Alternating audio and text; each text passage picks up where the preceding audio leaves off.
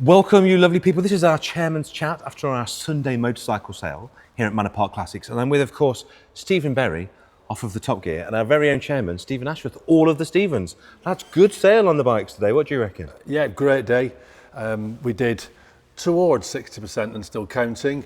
Charlotte, if you just pan around, the boys are up there still selling bikes as we speak.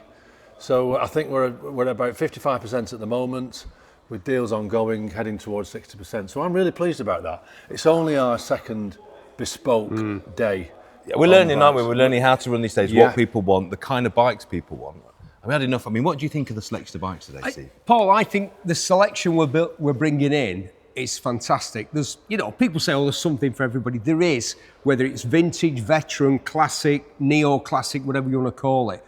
But interestingly, there seems to be a huge amount of energy and interest in 90s sports bikes. Yeah, and I think definitely. we're really pioneering that with a number of bikes that we brought in, mainly Japanese, Ducatis as well, but the Fireblades, the GSXRs, the R1s, and those are the classic bikes of tomorrow, but we've got them here at Manor Park right now. We had more bikes today than we had cars yesterday.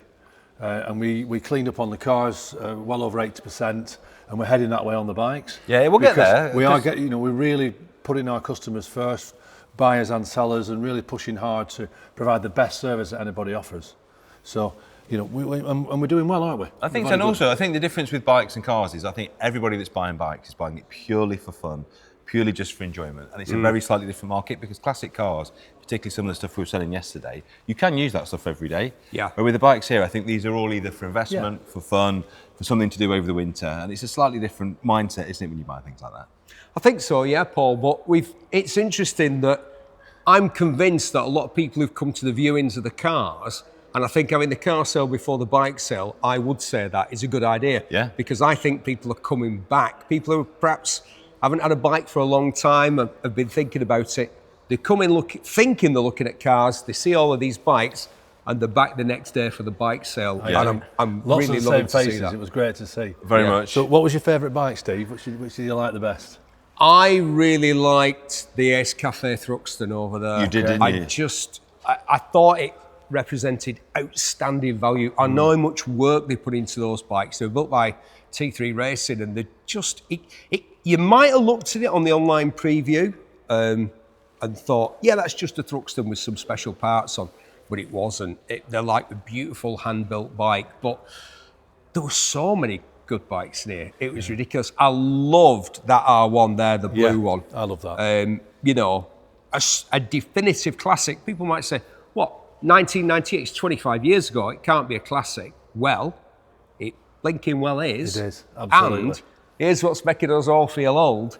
You could get that on a classic, it's 25 years old, you could get it on a classic bike policy, an R1 on a Fantastic. classic bike policy. Yeah. That's crazy. But that's where we are. That one's particularly nice. I'm amazed at the quality of a lot of the Japanese sports bikes that we've got in, because most of them were ridden and worn out and crashed and bashed and smashed. And it's like you were saying, it's nice to see an R1 here with its engine. Yeah, with its engine still in it. Instead of that engine Should we being walk around this way, boys? I think we should. We must Come on. talk about this though before we go. I think the bargain of the sale, and I would say that because I bought it. It doesn't run, but I'm sure it will. Steve reckons he can help me. What about this? What about the Sachs Madass? Large component manufacturer decides to go mad and make a motorcycle. I've never seen one before. Yeah, I but the think thing it's the coolest is, thing it's ever. got to be physically the largest 50cc motorcycle ever made. Because Look if at it, Mr. look. Paul Cowland, who's a big unit, sits on it, It looks you'll right, see look. how physically large It's the big. bike is. It's big. Look at that. Look at that. It is big. And that was Perfect for you. That was a bike that sold for just a few £100. So we've got bikes in here Yeah. that are many thousands. I mean, there's of work to pounds. do, but winter's coming. I need to stay out of mischief. I need to get in the workshop. You've got things to do now. Yeah, exactly. Yeah. Exactly. I'm going to very carefully put this down because it's got a self-returning stand and I don't want to drop it. Did you like the replica, the racer over there? Yeah. Yeah. I'm glad somebody else did all the work to put that bike Fantastic, together, because wasn't it? that would have been tough. Come on, And it- Charlotte, we'll pan over to... And it showed in the fact that he also got the helmet, all the riding gear, and Yeah. the boots. And I'll say again, I had those boots. So looking at it, I was thinking, how are you ever having those boots? These are two. This was beautiful as well, isn't it? Yeah, I've never seen another one. I've seen the Suzuki, we called it the DR Big back in the day, and it was a bike that was very popular with motorcycle journalists because it was super durable, super reliable, comfortable, a massive mile eater, but it seemed to me to be one of those bikes that did big miles and then got broken up and thrown away. I've never seen one restored like beautiful, that. isn't it? I love it. I think it's fantastic. Again, another big bike for big lads as well. Yes, yeah. But there's so much variety, and I say what's lovely as well is we're starting to get both vendors, traders, private buyers, collectors. Yes. Just chatting to people in the room today, we're getting every kind of bike buyer and bike seller there is, and it's lovely. Before we finish, can I just have your view on the Kawasaki over there? It's beautiful. The KH400. Beautiful. Shall we go over there? Yeah, let's do that. That's a little bit special, that, isn't it?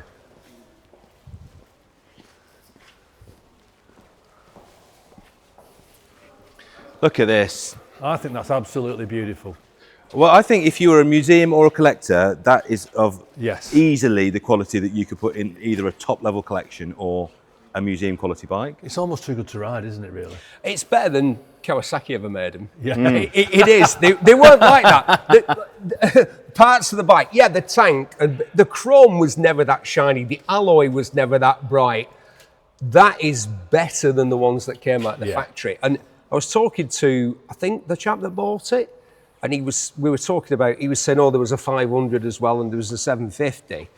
But if you wanted to ride one today, you might not want the absolutely terrifying roller coaster ride that the big 750 gave you. So this might be the one to have to ride on a Sunday, and maybe to take to a classic just a bike twofold, because as you were that. saying, it's not the thickest frame, it's not the thickest arm, damper. No. Nothing about that is chunky to match a big engine. So I would say a 400 is probably The sound of these is like nothing else. It's just a vicious crackle that they make from those three pipes, the triple with a ripple, the Kawasaki KH, the Widowmaker as it was dubbed at the time, but the performance it offered. And let's remember, this bike's nearly 50 years old, nearly half a century ago. Unbelievable. And yet I can remember reading the original reports in Motorcycle News or whatever it was back in the day. I'm just about old enough to remember that sort of stuff. But to see one in that condition, it's rare. Yeah. The lads bought these. They were affordable. They offered unrivaled performance in the era that they were around. And I think that's always going to appeal. There's always going to be a market for a bike like that. But we have some stuff and they're just for like one person.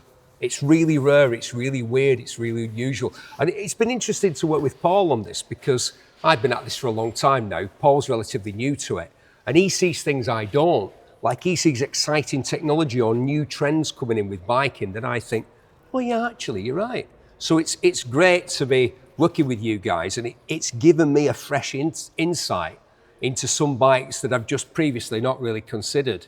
You know, seeing a Speed Twin over there, a Triumph Speed Twin. I was thinking it's got to be, if I was putting classic bikes in a top 10, it's top 5 of all time, the Speed Twin. It was an absolute game changer. It brought performance to the people. And quite interesting, you see it again in the sale. All the really old bikes are black. So I think back to what it must have been like looking at that bike in 1938 when they said, you can have duckhead blue or bright red. Yeah. It was literally shocking. People walking down the street, a bright red motorbike, fast motorbike.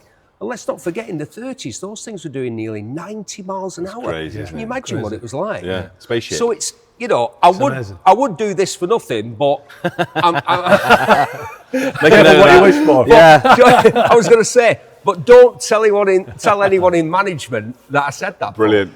Can I just say though, with this bike, I do feel we've got a very happy buyer and a very happy seller.